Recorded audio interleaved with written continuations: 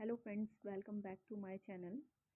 And आज से हम स्टार्ट कर रहे हैं आरपीएससी फर्स्ट ग्रेड के लिए 9th क्लास की साइंस की बुक, जो कि राजस्थान बोर्ड की बुक है। और मैं आज से स्टार्ट करने जा रही हूँ। एंड आप सबको मेरा वीडियो पसंद आई तो please like, share and subscribe my channel. It's my request. So let's start.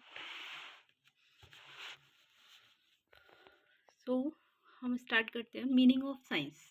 The word vigyan has been mentioned in Rigveda. जो विज्ञान शब्द है वो ऋग्वेद में उसका उल्लेख मिलता है हमें। It has been derive from Sanskrit word विज्ञानम। ये संस्कृत के एक वर्ड विज्ञानम से लिया हुआ है, जिसमें वी आई का मीन्स वी मीन्स होता है स्पेसिफिक, मतलब कोई विशेष या निर्दिष्ट चीज़। एंड ज्ञा का मीन्स होता है नॉलेज, इट मीन्स ज्ञान। The word science in English has been derived from the Latin word scientia, which means to know.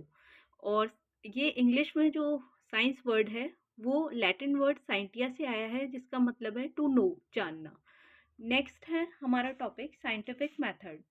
To think about the events around us in a scientific manner is the scientific method. Scientific method हम किसे कहते हैं? तो हमारे आसपास जो भी घटनाएं होती हैं उनको साइंटिफिक मैनर में उनके बारे में सोचना ही साइंटिफिक मेथड कहलाता है। It has following steps. Scientific method में कुछ स्टेप्स होते हैं, जैसे कि फर्स्ट स्टेप है टू आइडेंटिफाई द प्रॉब्लम। सबसे पहले हमारे पास एक कोई भी प्रॉब्लम है, सबसे पहले हमें उसे आइडेंटिफाई करना है कि प्रॉब्लम है क्या। नेक्स्ट स्टेप हमारा आता है टू फॉर्मुलेट अ हाइपोथेसिस। हमें एक हाइपोथेसिस फॉर्मुलेट करनी है या बनानी है या क्रिएट करनी है। हाइपोथेसिस का मतलब होता है कुछ भी अजम्पशन जो हमने अज्यूम किया हुआ है, वो सही भी हो सकता है और गलत भी हो सकता है। नेक्स्ट स्टेप होता है हमारा टू कलेक्ट डेटा। हम थर्ड स्टेप में डेटा कलेक्ट करते हैं। फिर नेक्स्ट स्टेप हमारा आता है टू टेस्ट दी हाइपोथेसिस। हम जो भी हाइपोथेसिस हमने क्रिएट की थी या फॉर्मुलेट की थी, हम उसको टेस्ट करेंगे वो सही भी है या गलत है। To draw the result. And hypothesis test करने के बाद हम रिजल्ट निकालते हैं। जो भी रिजल्ट आता है हम उसको वापस टेस्ट करते हैं to retest it and to generalize the theory. And उस टेस्ट के रिजल्ट को जब हमने देखा कि रीटेस्ट किया तो रिजल्ट हमारा सही आ रहा है, तो हम उस थ्योरी को जनरलाइज कर देते हैं। नेक्स्ट है prior to the 18th century only 7 metals were known. ये कुछ फैक्ट्स हैं जो हमने आरबीएससी की बुक से लिए हैं। जैसे कि 18th सेंचुरी से पहले सिर्फ 7 ऐसे मेटल्स थे जिनको हम जानते थे। वो 7 मेटल्स जिन्हें हम जानते थे उसमें कुछ मेटल्स हैं जैसे gold, silver, copper, iron, tin, lead, mercury. And father of plastic surgery की हम बात करें, प्लास्टिक सर्जरी के जो फादर माने जाते हैं वो सुश्रुत को कहा जाता है।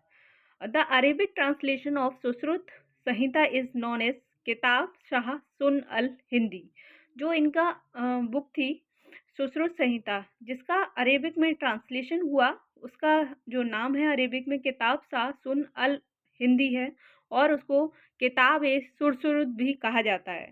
ऋषि कन्नड़ जो थे उन्होंने कॉन्सेप्ट दिया एटम का 500 बीसी में। नेक्स्ट हमारा टॉपिक है contribution of Bharat in the development of science. मतलब भारत का क्या कंट्रीब्यूशन रहा विज्ञान के विकास में। Aryabhata was the first person to state that the earth is round and it rotates on its axis which result in the formation of day and night.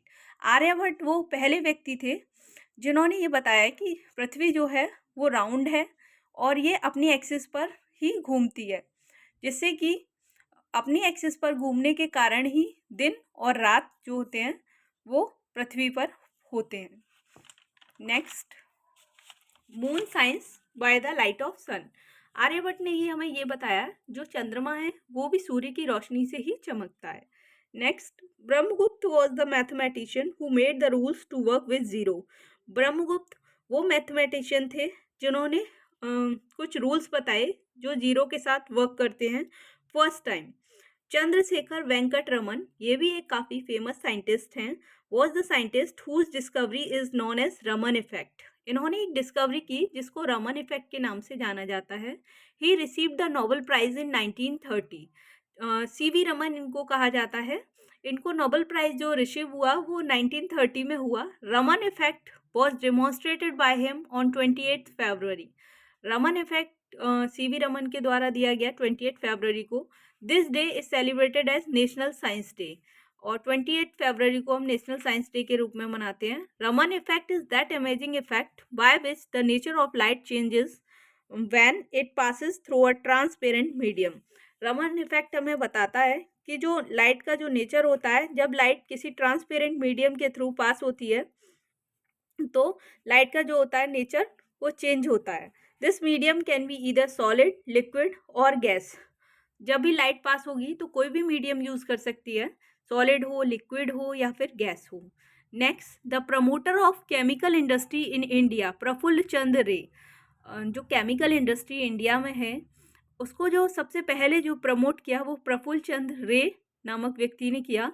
Discovered mercurous nitrate इन 1896। इन्होंने mercurous nitrate की भी खोज की 1896 में। His book the history of Hindu chemistry received immense reputation. इन्होंने एक book भी लिखी जिसका नाम है the history of Hindu chemistry, जिसको काफ़ी ज़्यादा ख्याति भी प्राप्त हुई।